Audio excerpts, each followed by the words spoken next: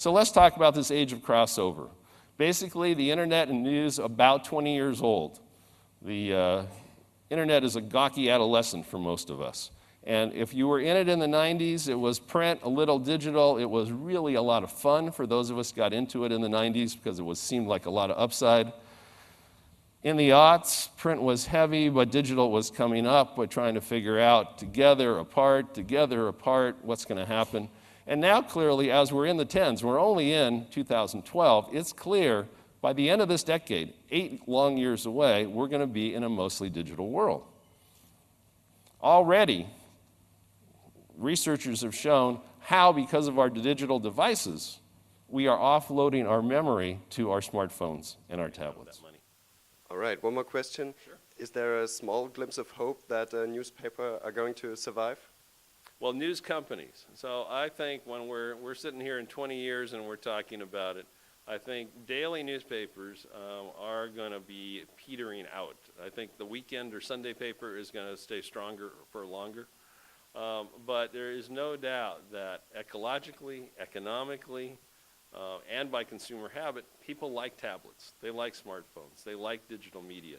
And what's going to happen is that publishers are just going to price up print more and more and more. So if you want it, you're going to pay a lot for it.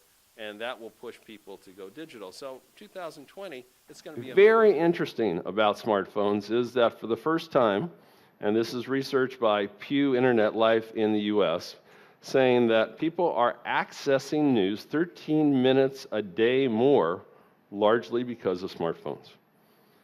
They had tracked this time of news access has been tracked for 25, 30 years.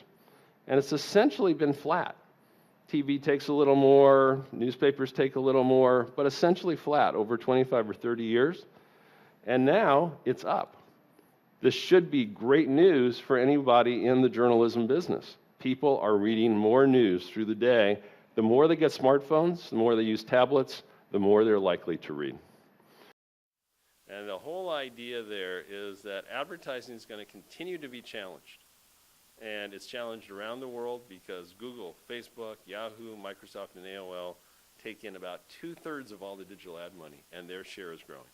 So all publications, and I've seen this in Singapore, and Japan, and Australia, and the US, and now in Europe, are saying to readers, the core readers, the people who care, you're going to have to pay us more for what we do because we're more dependent on you. Now, I understand in Germany, it's about 55-45 in terms of reader revenue compared to advertising revenue, or 60-40.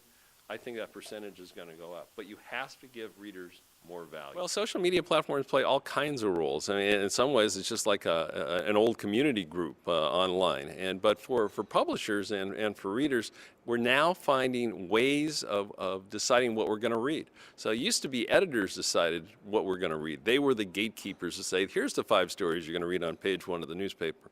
Now you get an email, you get a Facebook wall post, you get a Twitter tweet, and you're deciding what to read from a wide variety of sources. Do you